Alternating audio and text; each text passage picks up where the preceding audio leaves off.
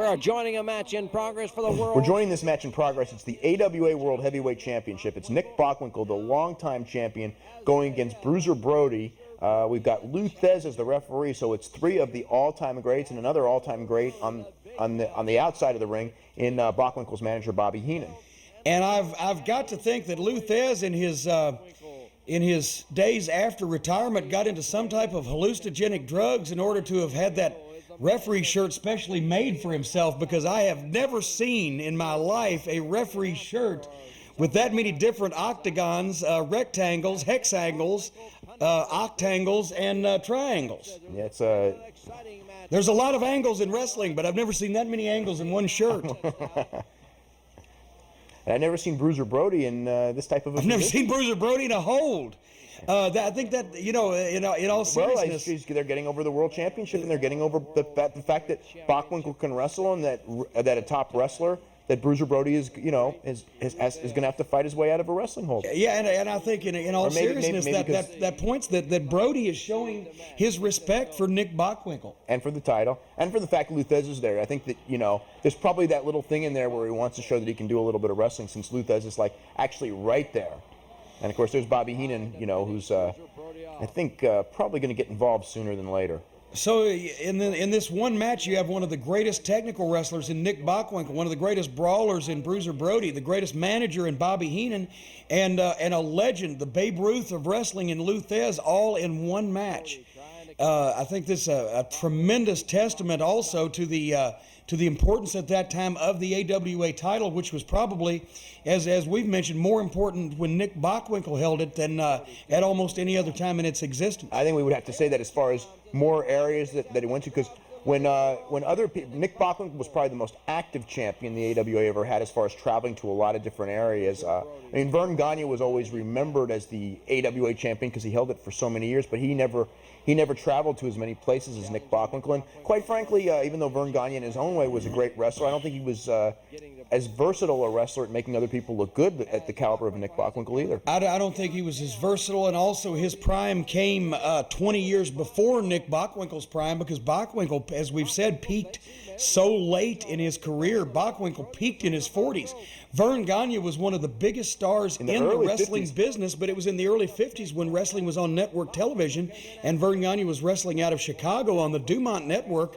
Vern Gagne was one of the first major television superstars. That's right. Vern Gagne was making six figures a year in the early 50s, but he certainly did not have the respect by the 70s and 80s that Bockwinkel had.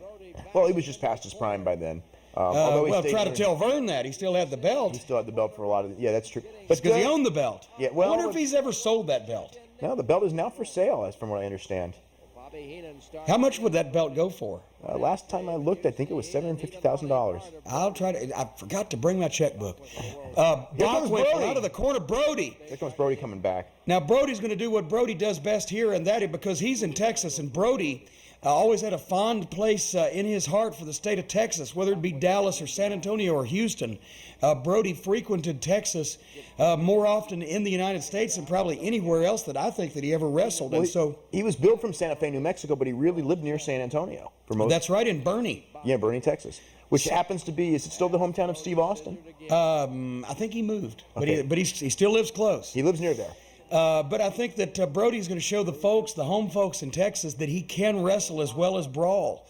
They've seen him in wars with Abdullah the Butcher and in wars with the Sheik, but he's going to show them now that he can hang with Nick Bockwinkel in a wrestling match. Bruiser Brody became probably, along with Stan Hansen, I would say for the 1980s, the biggest foreign superstar in Japan, and one of the biggest.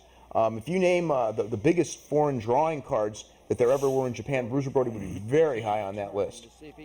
I think you would have to say the list would be Bruiser Brody, Stan Hansen, Vader, and possibly one or two others, and that would be the extent of the list. And we'll add the Funk Brothers to that category as well. Yeah. Here comes Bockwinkel's all over him. Bockwinkel could get so aggressive so quickly and still know when to take the break, and Brody Brody subdued in this match, which is once again a testament to his respect for the presence of Lou Thesz there as referee and the fact that he was Obviously going for the AWA Championship. And the respect he had for Bockwinkel. Because Brody, you know, if he didn't respect the guy, he wasn't going to, you know, he had his reputation, and he was going to, you know, he wasn't going to make himself look bad if somebody else wasn't deserving of the spot. And I'll tell you something, if somebody wasn't deserving of being made to look good, he would make them look as bad as he possibly could. Yeah, So, Bruiser Brody was another one. He was in some of the great matches of all time, but he was in some of the worst matches of all time when he was in the mood. and Brody now trying to illustrate to all corners of the arena that Bockwinkel is on him, but that he's not going to take it much any longer. And Brody, who, as we've said before, Hogan didn't invent it, folks. That was around long before Hogan was making his hulking comeback. Bruiser Brody hammering Bockwinkel with Lou Thesz looking on as referee, and Lou Thesz in tremendous physical condition. And you got to remember, Lou Thesz here is nearing 70 years of age. Yeah, I would say he's probably late 60s right about here, because I'm guessing this would be about 1982. So that'd be about 66 And if that's the years old. case, then Thesz admits to being born in 1916. I'm sorry, Lou. Don't hurt me. Here comes Brody's pounding. Now this was Brody's forte, was outside of the ring brawling. And they were used to it in San Antonio. When Brody would hit the ground, they knew that he could end up in the women's bathroom or the parking lot or the rodeo stables out in back of the hemisphere. It just didn't matter with Brody involved. And here's Brody. I think he's going to go to the top rope. In fact, he is. And Brody at 6'6" and well over 300 pounds for a lot of his career, was so agile for a big man. And he was also a really well-conditioned big man. I mean, it's especially at this stage in the career, he had a pretty small waist for a man who was, that big. He had the big thighs, the strong lower body, and in great condition. I mean, he did many 60-minute matches with the likes of Ric Flair and Antonio Inoki. And Bruiser Brody, another guy that was huge in St. Louis, where they respected wrestlers, not brawlers. But Brody was such a unique talent that he was well respected in St. Louis, and went to many 60-minute draws for the NWA title with Ric Flair in St. Louis. Well, he went to at least one or two, I think, in St. Louis, but.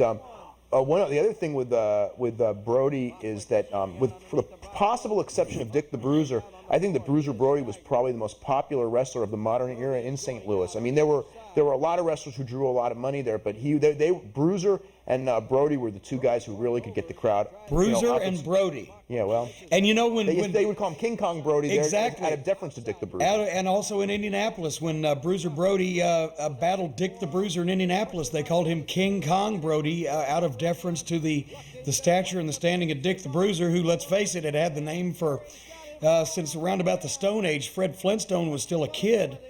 But now Brody used to do the big body slam, and then he would do the knee drop. But in this case, Bobby Heenan just tripped Brody, and Brody's going after Bobby Heenan. And look at Heenan on his bicycle. Boy, I'll tell you what, he could run. He could look like he was running faster and move slower than any manager in recorded history. And I love that talent about Bobby Heenan. And here comes this. This is the big turning point of the match here, because Brody's setting up. This was his big move, was the flying knee drop. And there we go, and that would be it. But Bockwinkel may be near the ropes. No, it's not. He was near enough for Heenan to catch him. Yeah. So that saved the championship right there.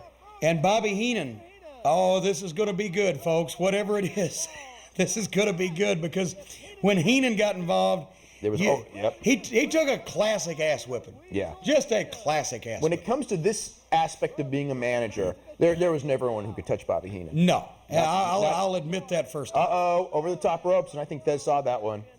But the manager already in the ring, and there goes Heenan. He always lost that towel going over the top rope, too. No, there it goes. The towel budget for Heenan's entourage was huge. And now Thesz, over the top rope in Texas was not a disqualification at this point. So Thesz is just trying to, and Bobby Heenan did not come into the ring of his own volition. So Thesz is still trying to keep some kind of order. That chair's going to do something wrong. Thesz just got out of the way of that chair. Get out of the way, Lou. Ooh, everyone got out of the way of that one. The referee, Lou Thesz, grabs the chair, throws it out of the ring. Heenan consoles his world's champion. as the world champion has been taking a beating here. Well, Heenan and Bockwinkel still out on the floor, and Thesz is calling for the bell. Thesz is calling for the bell, I think, but I'm not sure what the official decision would be. I don't know what this would be. Maybe Lou Thesz has asked for the bell, and he's raising Brody's hand, so maybe it's a disqualification. it's going to be a disqualification. Yeah, Thesz is asking for the bell and for a different tailor for his next set of refereeing outfits. We'll wait and see. As no, Bruiser Brody will not be the new AWA World Heavyweight Champion, because I'm sure that Vern would have had heart failure if that idea had ever been floated in the offices at the Dickman Hotel in Minneapolis. Dickman. Maybe I was thinking of the name they used to call Vern rather than the name of the hotel. But Brody, the winner by disqualification. See a lot of cowboy hats in San Antonio, folks. Oh my God. See a lot of Jim Duggan and Brody, except none. Well, what it was, that's right, Bobby Heenan. Yeah, the disqualification, the title does not change hands. So Bruiser Brody unfortunately won the match, but did not win the war. Well, actually, he won the war too, because he beat everybody up. He just didn't win the title. He just didn't get the belt because Vern wouldn't let that happen. Damn that Vern. Yeah. Damn his eyes. There goes Brody. He doesn't look too happy right now. After all said and done, it's kind of like... Nick Bockwinkel remains the world's heavyweight because champion. that's the end of the story. Nick Bockwinkel left with the belt. Ood.